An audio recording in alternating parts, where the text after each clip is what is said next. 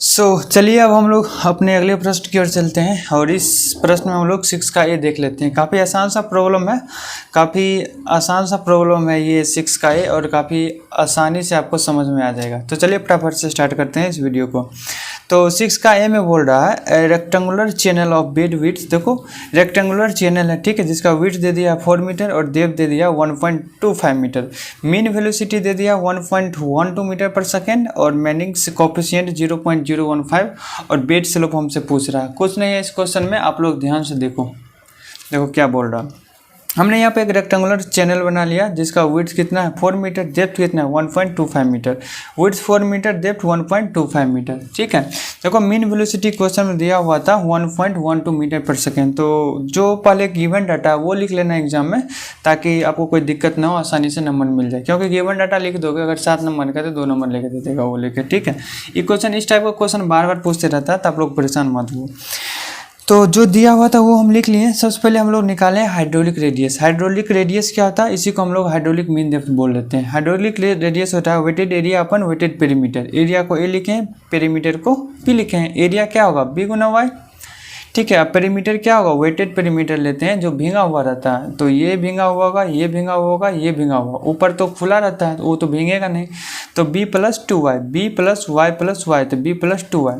देखो b की जगह पर लिखे हैं 4 और y की जगह लिखे हैं 1.25। फिर इसी तरह b की जगह पे 4 × 2 तो 2y 1.25। जब इसको कैलकुलेट किए हैं तो आया 10/13, ठीक है। कैलकुलेटर आप लोग रख लेना आसानी से, इसमें आराम से सॉल्व हो जाएगा। एग्जाम में अलाउ भी रहता है, आप लोग को दिक्कत भी नहीं होगा, ठीक है। पता नहीं आज क्वालिटी अच्छी आ नहीं रही है। देखो वेलोसिटी का फार्मूला, वेलोसिटी दिया हुआ था मीन वेलोसिटी और उसका फार्मूला होता है 1/n r⁴ s⁴ 1/2। v है वेलोसिटी, n है मैनिंग्स कोफिशिएंट, r जो अभी निकाले हम लोग हाइड्रोलिक रेडियस वो होता है, s मेरा स्लोप होता है। तो v की जगह पे 1.12 1/n, n था कितना 0.015, तो यहाँ पर लिख दिए 0.015 और r कितना निकला था 10/13, 10/13 की पावर 2/3, ठीक है, और s की पावर 1/2। उसके बाद कुछ नहीं, बस कैलकुलेशन है 1.12, ठीक है। ये उधर जाएगा तो मल्टीप्लाई होगा 10 0.015, 13 भी उधर जाएगा तो मल्टीप्लाई हो जाएगा, ये 10 इधर आएगा तो डिवाइड में हो जाएगा और पावर 2/3 बराबर s की पावर 1/2। हमको s निकालना है तो दोनों मगर स्क्वायरिंग कर दिए ताकि ये जो मेरा 2 है वो कट जाए, ठीक है।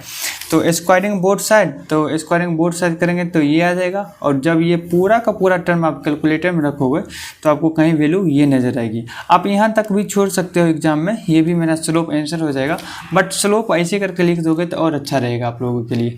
तो बाकी 1/1 इतना, इसी को हम इस टर्म में लिख सकते हैं क्योंकि ये ऊपर चला जाएगा तो बटवा तो बराबर ही हो जाएगा, ठीक है। जब ई लिखेंगे तो ये ऊपर जाएगा यहाँ पे, तो 10,000/4, 4 से मल्टीप्लाई कर दो तो 2500, तो 1/2500 इसका आंसर हो जाएगा। आप यहाँ पे तक भी छोड़ दोगे तो कोई दिक्कत नहीं है, ठीक है।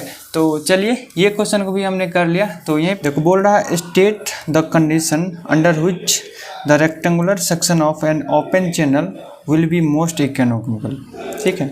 रेक्टेंगुलर सेक्शन है और हमको प्रूव करना है कि रेक्टेंगुलर सेक्शन मोस्ट इकोनॉमिकल कब होगा, ठीक है। 3 गो सेक्शन होता है, रेक्टेंगुलर और ट्रेपेजॉइडल और एक सर्कुलर, और भी होता है एक पैराबोलिक, बट 3 गो चैनल आप करके जाना एग्जाम में, आपको 100% है एक आ जाएगा।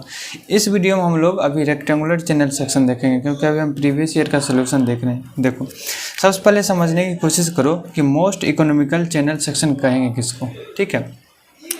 मान लो एक रेक्टेंगुलर टाइप का क्रॉस सेक्शन है, अब कैसे समझोगे, देखो ये एक रेक्टेंगुलर टाइप का क्रॉस सेक्शन है, ठीक है। अब इस क्रॉस सेक्शन के सहारे कितना पानी फ्लो करेगा, मैक्सिमम कितना पानी फ्लो होगा, ठीक है, उसी को हम लोग बोलेंगे मोस्ट इकोनॉमिकल चैनल सेक्शन। नहीं समझे, फिर से देखिए, कोई एक रेक्टेंगुलर चैनल है, उस रेक्टेंगुलर चैनल का कुछ विड्थ होगा, कुछ डेप्थ होगा, ठीक है। उस रेक्टेंगुलर चैनल में हम कितना मैक्सिमम डिस्चार्ज फ्लो करवा सकते हैं, उसी को हम बोलते हैं मोस्ट इकोनॉमिकल चैनल सेक्शन। देखिए सबसे पहले समझो मोस्ट इकोनॉमिकल चैनल सेक्शन कहते किसको है। A channel section is said to be most economical when it passes maximum discharge for a given cross sectional area. मतलब कोई क्रॉस सेक्शन दिया हुआ है, उसमें से मैक्सिमम कितना पानी फ्लो कर सकता है। जितना पानी मैक्सिमम फ्लो करेगा उतना हम लोग को बेनिफिट होगा, उसी को हम लोग बोलेंगे मोस्ट इकोनॉमिकल चैनल सेक्शन। अब देखिए इसका डेरिवेशन करते हैं। देखिए यहाँ पर हम एक रेक्टेंगुलर चैनल ले लिए, ठीक है, जिसका विड्थ कितना है b और डेप्थ कितना है y। b क्या है मेरा, b है मेरा विड्थ, और डेप्थ कितना है, डेप्थ है मेरा y, ठीक है। अब देखिए ये है मेरा रेक्टेंगुलर सेक्शन, इसका एरिया कितना होगा b गुना y, ठीक है। तो एरिया ऑफ फ्लो कितना होगा b Guna y। Area of flow को हम a से डिनोट किए हैं, यहाँ से हम लोग b का मान निकालेंगे तो क्या होगा, a इधर आ जाएगा ये भाग में y, तो b का मान कितना आ जाएगा a/y, ठीक है। अब देखिए हम लोग आगे चलते हैं। वेटेड पेरीमीटर, वेटेड पेरीमीटर क्या होता है, देखो वेटेड पेरीमीटर होगा, देखो जब मेरा पानी फ्लो करेगा तो कौन कौन सा एरिया भीगेगा उसी का हम लोग बोलेंगे वेटेड एरिया, वेटेड पेरीमीटर, ठीक है। सबसे पहले नीचे वाला एरिया भीगेगा, उसको हम बोले हैं बी, ठीक है। अब दोनों साइड का एरिया वेट करेगा मतलब भीगेगा, ठीक है। तो बी एक ए वाई एक ए वाई, तो बी प्लस वाई तो बी प्लस 2y, तो वेटेड पेरीमीटर कितना होगा p बराबर b प्लस 2y। कैसे आया, एक ये b एक y b प्लस एक y ये एक y ये 2y, ठीक है। इसको हम इक्वेशन 1 माने, फिर इसको इक्वेशन 2। अब क्या किए हैं, b का वैल्यू इक्वेशन 2 में पुट कर दिए हैं, तो देखो substituting value of b in equation 2, b क्या है मेरा a/y, तो b की जगह क्या हो जाएगा a/y, ये 2y तो ये 2y। देखो हमको बोलना था मैक्सिमम डिस्चार्ज फ्लो कराएंगे तभी तो मेरा चैनल मोस्ट इकोनॉमिकल होगा, तो फॉर मैक्सिमम डिस्चार्ज dp/dy बराबर 0। ये जो मेरा पेरीमीटर था इसको मैक्सिमम होना पड़ेगा, अगर पेरीमीटर मैक्सिमम होगा तभी तो मेरा मैक्सिमम डिस्चार्ज फ्लो करेगा, ठीक है। dp/dy बराबर 0। देखो यहाँ पे d/dy और p का मान कितना है a/y plus 2y, a/y plus 2p नहीं, यहाँ पे 2y होगा, गलती से आ गया, 2y बराबर 0। अब आप लोग एक सेकेंड में तो हमको एक खाली पेज लेने दो, हाँ। अब आप लोग मतलब एक सेकेंड जो ये क्या हो गया, हाँ देखो डेरिवेशन करने तो आप लोग आता होगा, डेरिवेटिव आप लोग पढ़े होंगे 11th-12th में या पॉलिटेक्निक में, नहीं आता है कोई दिक्कत नहीं है। देखो d/dy a/y प्लस 2y, देखो यहाँ पर देखो क्या है मेरा d a/y प्लस 2y बराबर 0, यही है ना। अलग अलग कर लेते हैं, d/dy a y पावर -1, ये y ऊपर जाएगा तो -1 हो जाएगा ना, प्लस 2y बटे dy बराबर 0। देखो देखो क्या होता है, इसका आप लोग डेरिवेटिव करोगे तो एक कांस्टेंट है ये बाहर आ जाएगा, y पावर -1 फिर n-1 बट्टे क्या -1, ऐसे होता है ना। देखो d x पावर n रहता है तो क्या होता है, ये जो n रहता है वो यहाँ पर आ जाता है, फिर x n-1, यही होता है डेरिवेटिव, ठीक है। उसी तरह हम कर दें यहाँ पे, तो देखो a था तो a बाहर कर दिए, ठीक है, और फिर a -1 तो -1, और ये हो जाएगा -y पावर -2, ये क्या होगा 1/y², इसका कितना होगा, इसका हो जाएगा 2।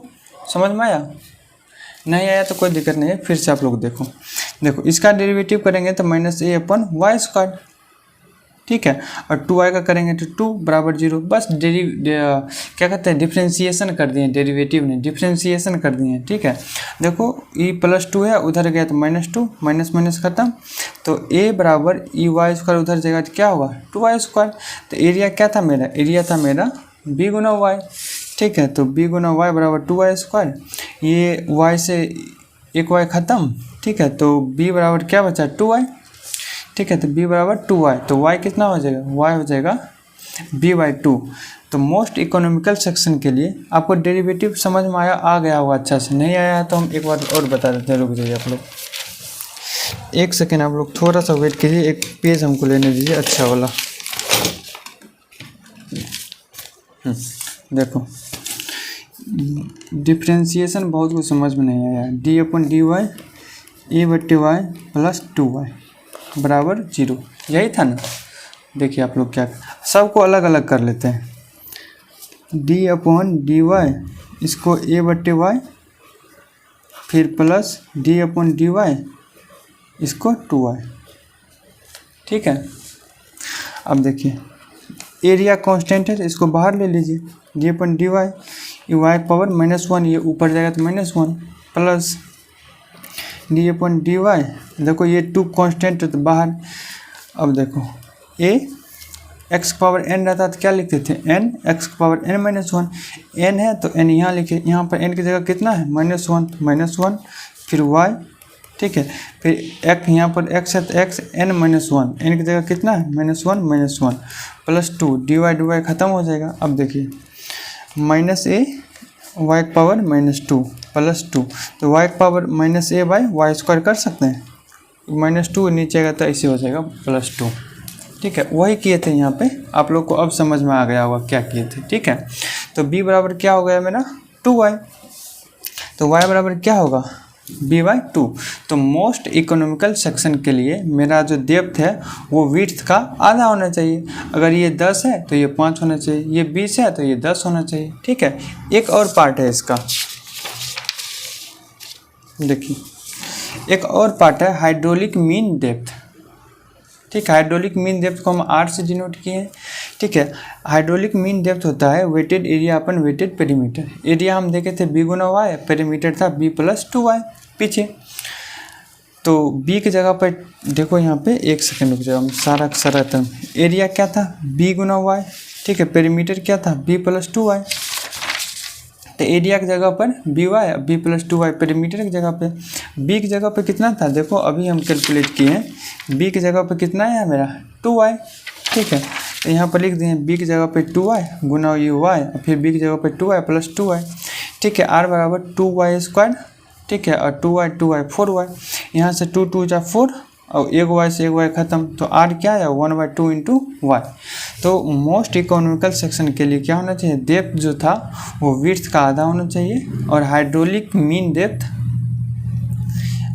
1/2 × हाफ ऑफ ये होना चाहिए था हाइड्रोलिक मीन डेप्थ के।